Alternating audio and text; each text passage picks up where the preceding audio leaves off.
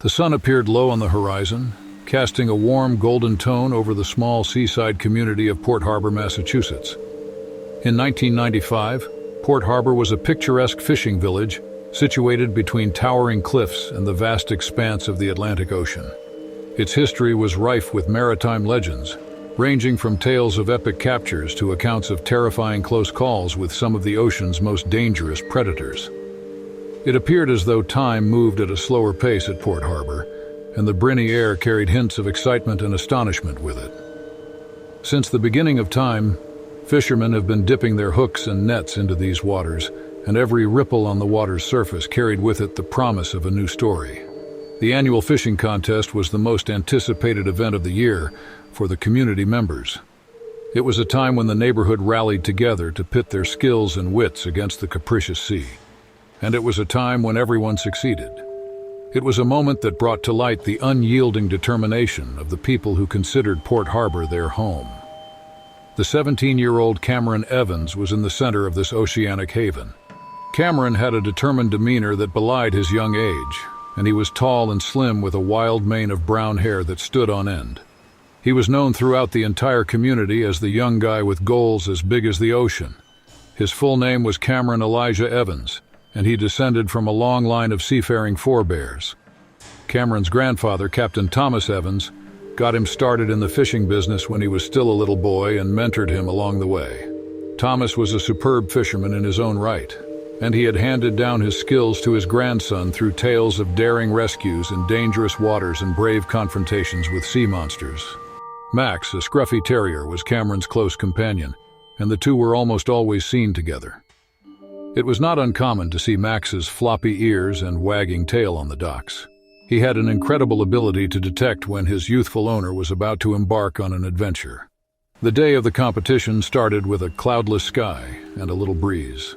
Cameron was mesmerized by the shimmering waters of the Atlantic Ocean as he stood on the weathered wooden boards of the pier. The town had been buzzing with expectation for weeks, and it was clear that everyone was becoming excited about it. The Marlin's Dream, Cameron's boat, was very modest in size in comparison to the larger, more experienced fishing vessels that were scattered across the harbor. It was still something he took great pride in and enjoyed doing. It was a tribute to his resolve to make a name for himself in the world of fishing. As soon as the race began, Cameron led Marlin's Dream out into the vast water under his captainship. He was the only one on board, with the exception of his dog, Max, who was barking with glee as the boat sliced through the waves. As the shiny sun climbed higher in the sky, the waterways surrounding Cameron's boat became increasingly active. It appeared as though there might be a plentiful catch, because schools of fish were jumping and splashing. In the meantime, a shadowy being moved about beneath the water's surface. Old Scars was the name that the villagers gave to a white shark that was approximately 10 feet in length and had been spotted swimming in the waters close to the town. The shark's gnarled dorsal fin and battle-scarred body were evidence that it had patrolled these waters for years, and both bore witness to the ordeals it had been through. It was a beast that was both fascinating and horrifying in equal measure. Some people perceived it as a protector of the sea, while others regarded it as a terrifying living monster that should be avoided. Since he was a young boy, Cameron had been told tales about the courageous shark, and now he was going to finally encounter this enormous predator that he had only heard about. Cameron's resolve did not waver for any length of time during the ordeal. He made his first cast, brought the fish in, and then made his second cast. It appeared as though the sea was giving him a response to his resolve by producing a series of remarkable catches. However, he was unable to shake the mental image of the shark lurking in the murky depths of the ocean. As the sun began to drop, the relatively calm atmosphere of the day morphed into a foreboding one. Cameron was on the verge of going overboard when he felt a sudden and strong pull on his line. When he finally realized what had just happened, he scrambled to regain his balance while his heart pounded. He was shaken to the core. When the shark finally bit into the bait, the fight of a lifetime had finally begun. Cameron struggled mightily to maintain his hold on the fishing pole, and his hands shook as he did so. When the two forces collided, it was impossible to fathom the power of the 10-foot white shark, and the boat was badly rocked in the sea as a result. It was a contest of willpower, physical strength, and pure will to succeed. The people who lived on the pier had seen the commotion going on out at sea, and they had come around with their faces scrunched up in terror and amazement. They just stood in complete silence as they watched the young man on the small boat fight for his life against the massive beast. As the battle continued, the sun descended below the horizon, casting a shadow over the water. Cameron drew the chilling conclusion that he was the only one fighting for his life against an unrelenting foe, and this realization filled him with dread. Despite this, he steadfastly refused to give in to his fear. His determination was fueled by the stories of his grandfather's life and the hopes that his grandfather harbored in his heart. With each passing instant, the tension in the community became even more intense. Everyone who witnessed this significant battle was filled with a sense of both dread and optimism, because the outcome of the conflict was still unknown. They were aware that Cameron was fighting not only for his own life, but also for the honor of Port Harbor and the integrity of the yearly competition. They knew that he was fighting for all of these things. Cameron's strength was diminishing, but he did not lose any of his resolve. He was aware that he could not release his grip. He could not succumb to the irresistible pull of the water. He yanked with all his efforts, mustering up every ounce of strength that he had within him with one more surge of energy. When things were at their most precarious, the unthinkable happened. The exhausted and hurt white shark, measuring 10 feet in length, finally gave up. Cameron was left with his hard-earned catch, which was a massive tuna that would almost likely ensure his victory in the competition. It vanished into the depths with a firm flick of its tail. As Cameron's boat made its way back to the pier, the residents of the village erupted in applause and cheers, their admiration for the young guy reaching new heights. Not only had he triumphed in the fishing competition, but he had also gone head-to-head with old scars and emerged from the encounter unscathed. The events that transpired throughout the ordeal were reported not only in the area, but even beyond a field. It was a narrative of courage and tenacity passed down through the centuries, and it had its own status as a legend in its own right. In the annals of Port Harbor's history, Cameron's name would be engraved alongside Captain Thomas Evans and several other well-known fishermen. In the days that followed, Cameron was celebrated as a hero in the community. He turned into a living monument to the unchanging beauty of the ocean and the unstoppable spirit of youth, and he became a source of motivation for the young people of the community. His triumph over the shark served as a potent reminder that the human spirit is capable of rising to meet the most significant challenges that nature has to offer. Because of that terrible event, Cameron's life will never be the same. It has been fundamentally changed. He had not only won the admiration and respect of everyone in his community, but he had also acquired a great understanding of the untamed power of the ocean. It was a power that could bring even the most courageous of living things to their knees because of its strength, which demanded respect and humility. The setting sun painted the sky with colors of crimson and gold in the year 2001 on the lovely shores of Crescent Bay, a picturesque coastal hamlet in Northern California. The town is located on the coast of California. It was said that Crescent Bay was a spot where the redwoods met the sea, and that it was an oasis of tranquility, where time appeared to stand still.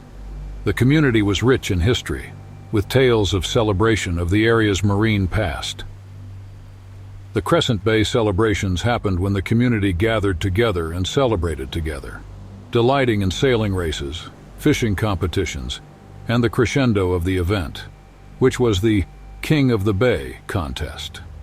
Participants of this practice would have to be very daring and dive headfirst into the gin-clear seas to come out the best.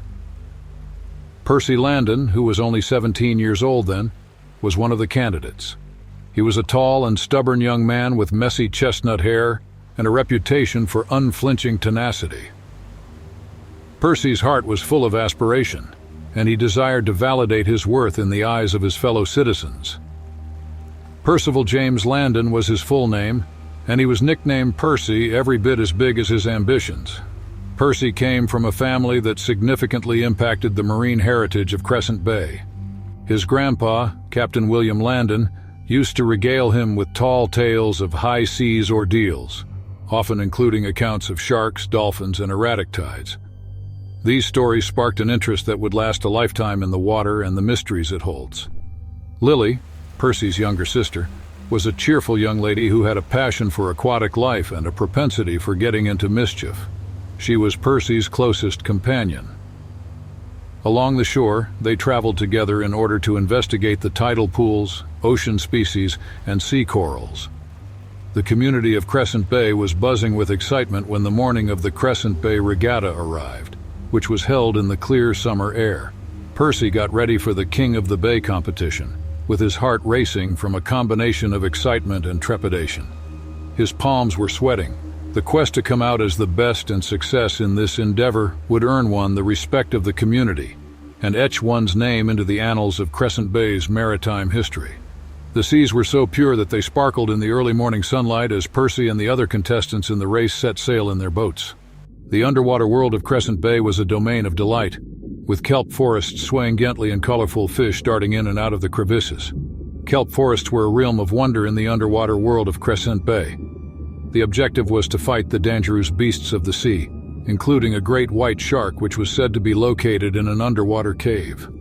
This location was buried deep beneath the waters. Percy descended into the cave's depths, driven both by his determination and by the tales his grandfather had told him.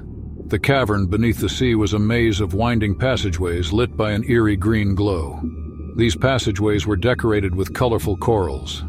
Percy's heart raced as he heard something like rushing water movements as he proceeded further into the cavern. The tranquil waters of the cavern all of a sudden turned into a tense and potentially hazardous environment.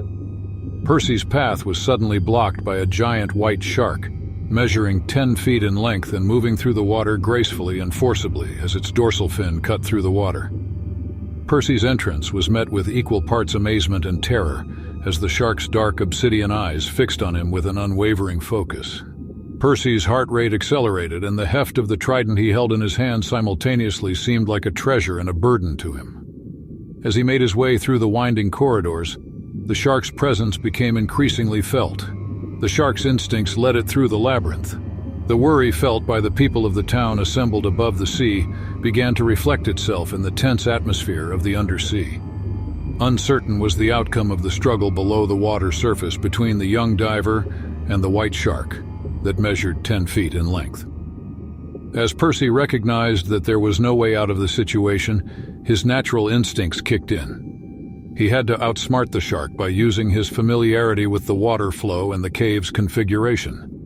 The constant pursuit of the dangerous animal became a challenge for him, testing his bravery and resourcefulness. Finally, after winding his way through a series of tight tunnels and navigating his way through the cave's labyrinthine layout, Percy was able to find another open space out of the cave. He chose to engage the shark in direct combat rather than run away. As his lone line of defense, Percy wielded the trident against the white shark, 10 feet in length, representing the ocean's wildness. He demonstrated incredible bravery by standing his ground and giving the impression that he was much larger and more threatening than he actually was. The conflict between man and beast, a war of wits and instincts, continued unabated. The people who lived in the town upheld their breath as they looked down at the waves of Crescent Bay. Their hearts were filled with dread as the fate of the battle under the river had remained unknown to them. In the end, Percy's dogged perseverance and profound connection to the sea contributed to his success. He was able to scare the shark by making a well-timed and well-calculated move, which resulted in the shark retreating into the shadows of the cave. Percy emerged from the depths with his trident in his hand, victorious and imposing. His return was greeted with cheers from the town above, with their praise for his bravery resonating along the shores of Crescent Bay. Following his victory in the King of the Bay competition, in which he was awarded the fabled trident, Percy earned the locals' respect. His victory spread throughout Crescent Bay, and it became a monument to the unstoppable spirit of youth, the enduring power of legends, and the wild beauty of the ocean. The record of the town's history would always include a mention of Percy, whose name would be remembered for all time. In the years that followed, Percy continued his exploration of the ocean's depths, and his travels took him to various locations, including some that had never been explored before. Despite this, he never forgot the teachings he had picked up in the encounter with the shark in the cave. These were lessons about bravery, determination, and the unbreakable relationship between man and the wild sea. In the luminous summer of 1997, hidden along the sun-kissed coastline of South Carolina, was the sleepy village of Seaview Haven, which was known for its charming and picturesque appearance. Seaview Haven was an exquisite place between the lush embrace of coastal forests and the soothing caress of the Atlantic Ocean. It was a place where time seemed to sway in rhythm with the rhythm of the tides. It was a location where the briny breeze would tell stories of the ocean, and where each dawn and sunset would paint a painting on the horizon. It was a place like no other. The history of Seaview Haven was intertwined with the tales of generations of fishermen, daring rescues, and an unshakable love for the sea. It was as rich and deep as the ocean itself. The town came together to honor its maritime past at the annual Seaview Festival, which became a treasured tradition throughout the years. Solomon Blackwood, a 17-year-old guy with a slender build and a spirit that ached for the horizon, stood at the center of this seaside paradise. He had chestnut hair that was disheveled and a heart that yearned for the horizon. Solomon Arthur Blackwood echoed through the annals of the town's past, like a soft reverberation from the ocean. Solomon's love affair with the sea began as soon as he was old enough to take his first steps down the coast, and it has only grown stronger since then. Exploring the intricacies of tidal pools, the treasures of sun-soaked beaches, and the explorations of coastal caverns had consumed many hours of the summer months. Solomon saw the ocean as more than just a body of water. Instead, it was a constant companion and a source of inspiration that called him with stories that had not yet been spoken. The sun bathed the earth in hues of gold and azure on the day of the Seaview Festival, and the ocean sparkled with a plethora of tempting shades as it reflected the sun's rays. Solomon went down into the ocean's depths while wearing a stylish wetsuit and carrying his reliable camera. His journey was not one of rivalry or conquest. Instead, it was a mission to get a knowledge of and reverence for the ocean's wild grandeur. As he plunged into the serene abyss, the water revealed its buried treasures, which consisted of a beautiful world of colorful fish that weaved through swaying kelp forests and complex coral gardens. As Solomon dove deeper into the ocean, his heart leaped with awe as he continued to photograph the stunning underwater tapestry with his camera.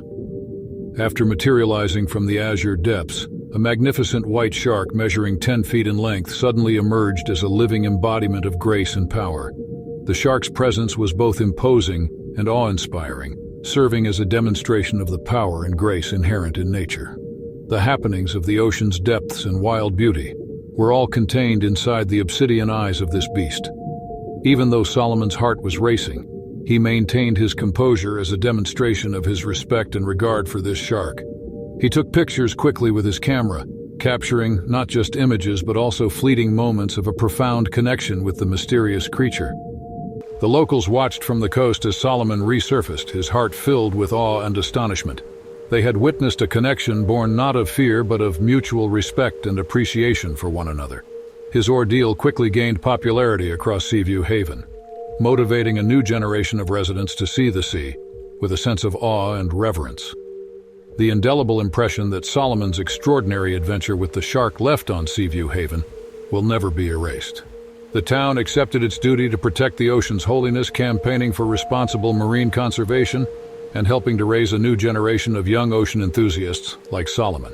Solomon, who is now an accomplished marine biologist and world-famous underwater photographer, has devoted his entire life to better comprehending and preserving the ocean. Through his extensive research and enthralling photography, he has thrown light on the majesty and significance of marine life, motivating people all around the world to value and preserve the ocean's treasures.